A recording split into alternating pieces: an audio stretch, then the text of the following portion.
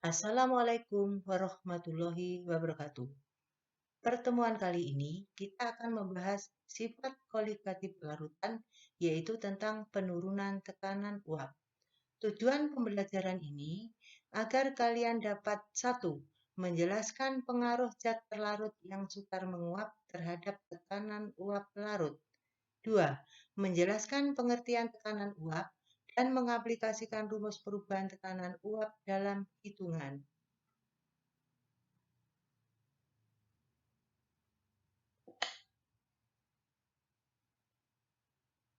Sifat koligatif larutan adalah sifat larutan yang hanya dipengaruhi oleh jumlah partikel zat terlarut di dalam larutan dan tidak dipengaruhi oleh sifat dari zat terlarut.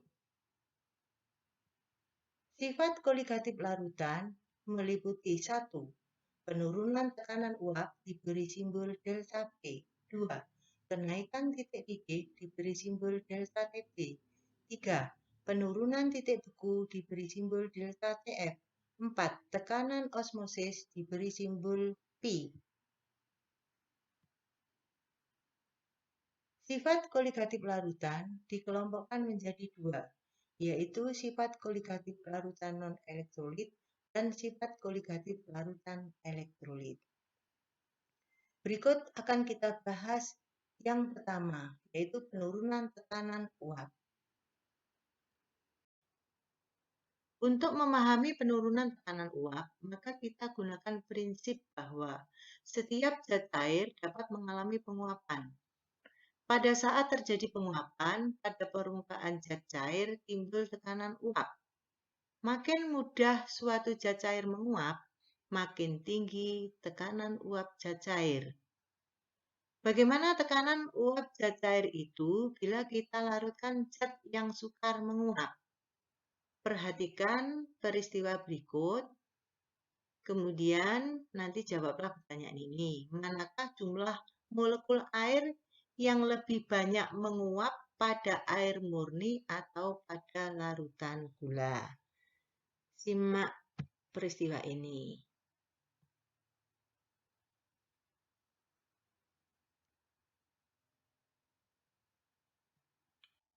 Nah, ini air dipanaskan menguap.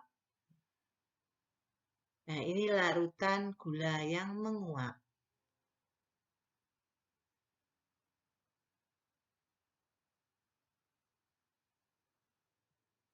Nah, sekarang Anda sudah bisa menjawab mana yang lebih banyak menguap, molekul air yang lebih banyak menguap pada air murni atau pada larutan gula. Nah, ternyata jumlah molekul air pada larutan gula lebih sedikit menguap. Kenapa demikian? Karena molekul air terhalang oleh molekul gula yang sukar menguap. Nah, ini kalau digambarkan seperti ini. Ini kalau air saja yang menguap lebih banyak. Nah, ini ada molekul air, ada molekul gula. Jadi, molekul-molekul air ini terhalang oleh molekul gula. Nah, jadi adanya zat terlarut bagaimana pengaruh dengan tekanan uap? Adanya zat terlarut pada zat cair ternyata akan memperkecil jumlah zat yang menguap. Kalau jumlah zat atau molekul pelarut yang menguap lebih sedikit, berarti adanya zat terlarut akan memperkecil tekanan uap.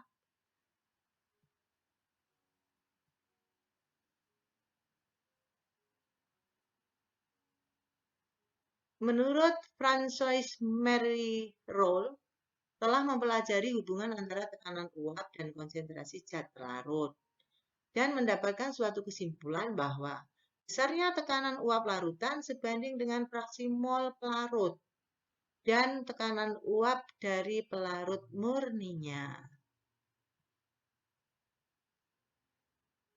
Nah, dari pernyataan tersebut, ini dikenal dengan hukum Rolle dan dapat dituliskan rumusnya. Berarti tekanan uap sama dengan tekanan uap pelarut murni kali fraksi mol pelarut. P tekanan uap larutan, P ini ya.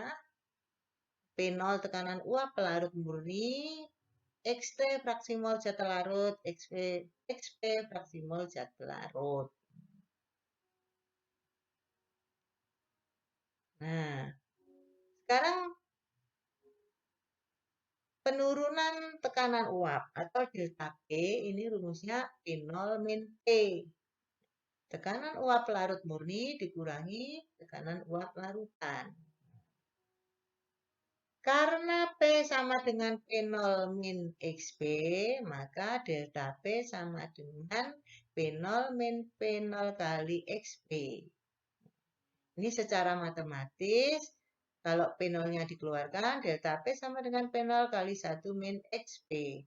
Nah, 1 min XP itu sama dengan XT, fraksi mol zat terlarut. Jadi, delta P sama dengan P0 kali XT. Nah, tolong rumus-rumus ini selalu dihafalkan dan segera dihafalkan. Ya.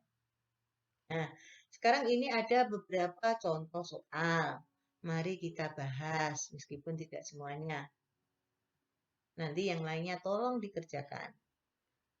Kerjakan sendiri di rumah. Soal nomor 1. Tekanan uap jenuh air pada suhu 29 derajat Celcius adalah 31 mm Hg. Berapakah tekanan uap jenuh larutan urea 10% massa pada suhu itu? Nah, tolong dicermati soal itu. Nah, ini 31 mm Hg berarti tekanan uap jenuh air, berarti P0, 31. Larutan urea 10% artinya setiap 100 gram larutan terdiri dari 10 gram urea dan 90 gram air. Berarti kita menghitung NT dulu, mol terlarut 10 per 60 ketemu ini. Kemudian mol pelarut 90 per 18 ketemu sekian. Nah, sekarang kita menghitung XP. XP sama dengan NP per NP plus NT. Nah, ketemu ini 5 per 5 plus 0,167 ketemu 0,9 mol. Nah, sekarang yang ditanyakan tadi apa? Tekanan uap larutan. Nah, berarti P. Tekanan uap larutan rumusnya XP kali P0. 0,96 kali 31 ketemu sekian. Nah, jadi tekanan uap larutan ini lebih rendah dari tekanan uap pelarut murni. Untuk angka ini tolong nanti dicek juga. Mari kita lanjutkan pembahasan soal nomor 2.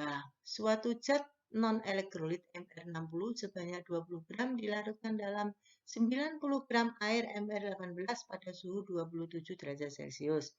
Bila tekanan uap jenuh air pada suhu tersebut 32 mm Hg, maka berapakah penurunan tekanan uap larutan tersebut?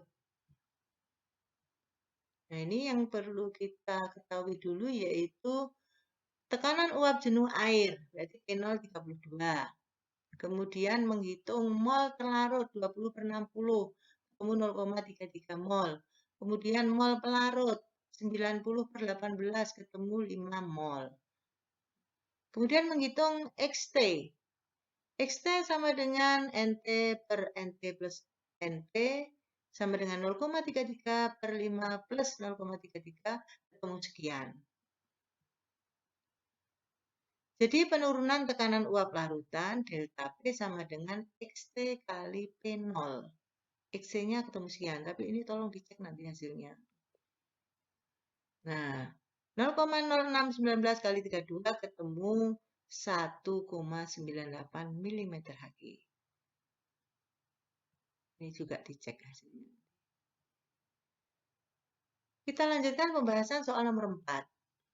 Seorang siswa melarutkan 90 gram zat X non-elektrolit dalam 180 gram air pada suhu 30 derajat Celcius.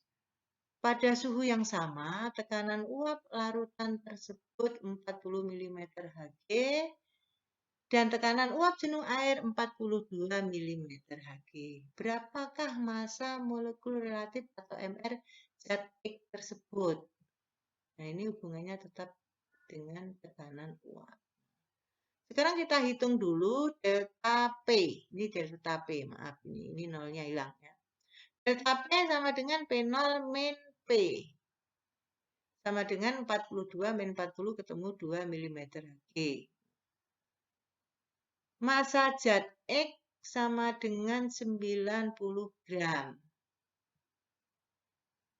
Sekarang ngitung NP.